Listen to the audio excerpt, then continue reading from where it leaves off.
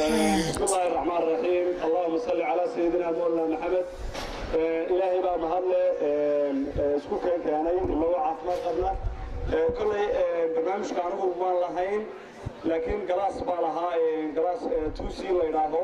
وان يردح قشطي waxaan maanta arrinka aan halkan u yimid waxa weeyaan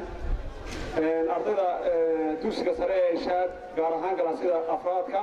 ee hadda ka qalin jabin doona insha Allah ayaa waxaan sameynay tartan baa xisaab lagu galaayay imtixaan baa laga qaaday xisaab ah oo lagu tartamayay xisaabta laga qaaday waxa condition baa ku xidhnaa waxa wax la guddoonsiinayo shuruud ahayd ardayga ugu sareeya ee boqolka keena arday badan way keeneen boqolka laakiin shuruud baa meesha ku xidhneed boqolka laftigeeda haddii uu ardaygu maynis ka tago ama equal ka tago ama xaraf ka tago waxbaa ka go'ay ardayga markaa dhammaystira ayaa helayay jaayisad uu halkan ka go'aan ku toosin doono jaayisadaas waxay u qaybsaneed laba qaybood ardayda foorarkooda waa loo wada sheegay conditionkana samuurdan galaas kasta ugu qoray ardaygiisa buuxiye conditionka waa arday galaaska 4 ee dhigta ha loo sacabiyo conditionka ku xidhnaa wuxuu ahaa buug xisaaba oo barooya iyo $30 oo bisha fiiga oo aan ka bixinayo insha Allah haddii la haydo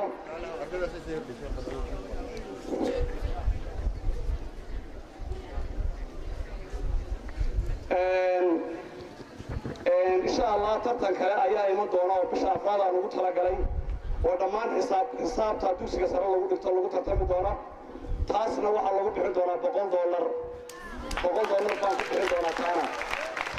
وحنا كل بحنا يا أفر تاردية وقصر يا $100 وسيلة أرتك كانت كوبات قلاوة تاكل بيشكو بحنا وسيل الله كلا سريو أرتك كانت كوبات قلاوة $40 بيل دونا ardayga kaanta labaad galana $30 beeli doona ardayga kaanta saddexaad galana wuxuu heli doonaa $15 ardayga kaanta afraad galana wuxuu heli doonaa $10 haddii la haydo imtixaanka la qaaday waxa baasay oo faasgareeyay 120 arday ayaa konton ka sareeyay 160 ardayna way galeen 40 arday baa dhacay average-ka ardayda marka la eego galaaska ugu fiicnaa wuxuu ahaa galaaska 4C average-ka marka loo eego grade ahaan laakiin ardayda ugu sareysa waxay ka mid ahaayeen galaaska 4A iyo 4D imika haatan waxa la sugay ardayga ku guuleystay ardaygaas hore waan idin sheegay oo galaaska 4A waxa weeyaan Nuur Faarax Saaxib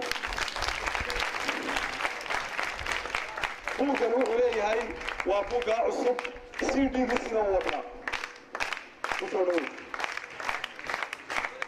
halkaas waa buugu $100 waa kuwa السلام عليكم ورحمة الله وبركاته. هذه أكبر ما سكون. أرضي كلام حكوا ديري قلنا يا إن يجون تداران إن شاء الله. ترتنا ذقنا الله قال إن شاء الله ترى ما سكون.